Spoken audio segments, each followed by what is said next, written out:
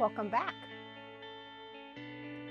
Well, today we're going to read the Easter story, which follows up on the book that we read last week.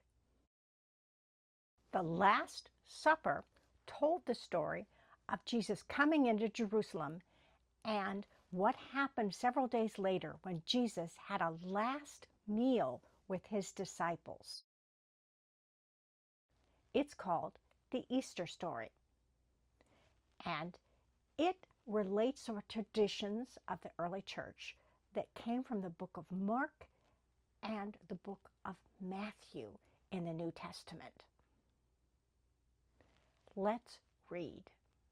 The Easter story, written by Catherine Sully, illustrated by Simona Sanfilippo. Catherine Sully has written over 40 books for young children. After studying narrative method at college, she began work in children's publishing, where she developed a particular interest in the teaching of reading and in children's book design. She lives with her family in Bath, United Kingdom. Simona is a talented children's book illustrator from Italy. She's created illustrations for books, postcards, greeting cards, as well as advertising campaigns. She's participated in illustration contests in Italy and other parts of Europe and has received several awards. It was a long, dark night. Jesus was in trouble. Some people said he was the king of the Jews.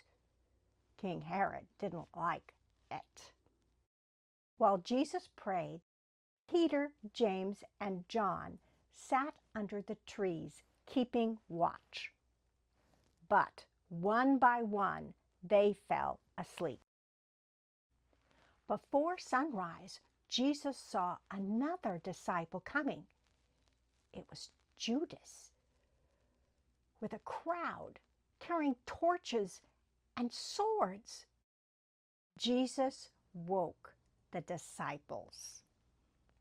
"Hello, Master," said Judas, and he kissed Jesus on the cheek.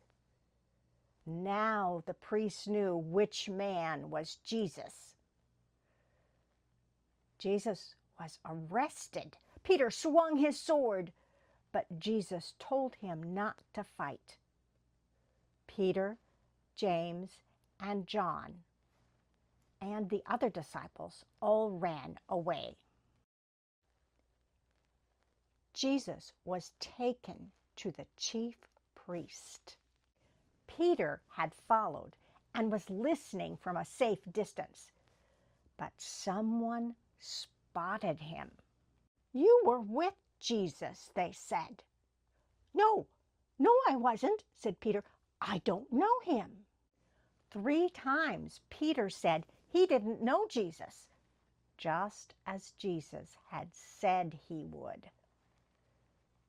Cock-a-doodle-doo!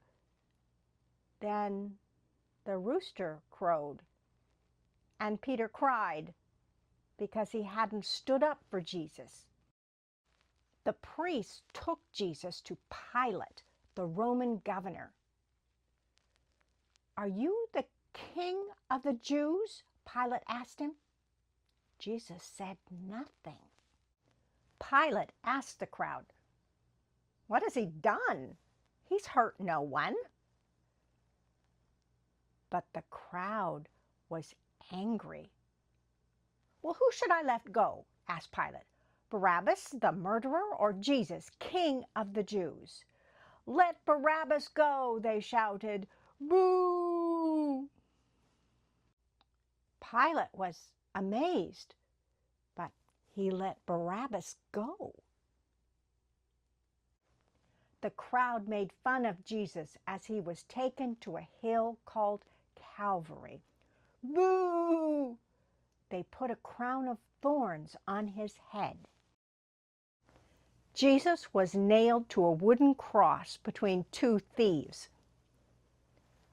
"If you were the Son of God," said the mean thief, "why don't you save yourself?" "What has he done? "He's hurt no one," said the kind thief.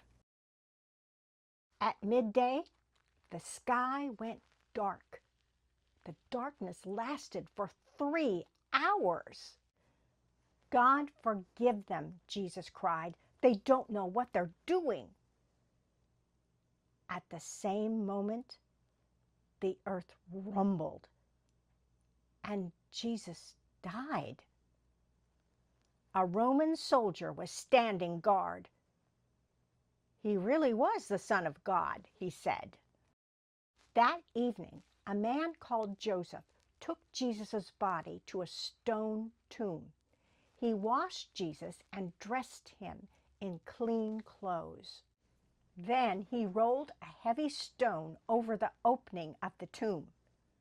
Soldiers came to guard the tomb. All this time, Jesus' friends, Mary Magdalene and Mary from Galilee, were watching. 2 days later, Mary Magdalene and Mary from Galilee came back to the tomb. The soldiers were gone. The stone was rolled back, and the tomb was empty. A shining angel said, "Don't be afraid. Jesus is alive." They ran quickly to tell the disciples. But on the way, they met Jesus. "Don't be afraid," said Jesus. "I will meet the disciples in Galilee." The disciples went to Galilee and waited. While they were talking, Jesus suddenly appeared. They were frightened.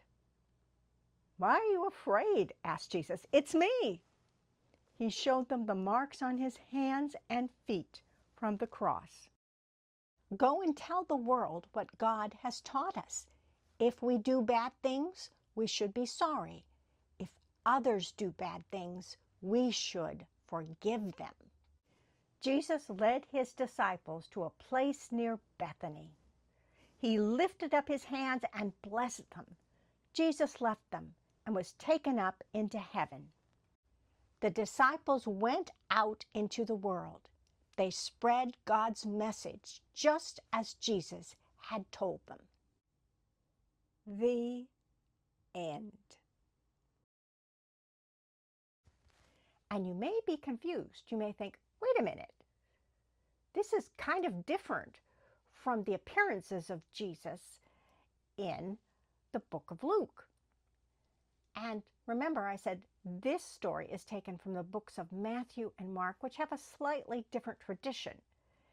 And Luke kind of compresses things and has the disciples just staying in Jerusalem because he's got to zoom forward to tell about what happened next in Jerusalem.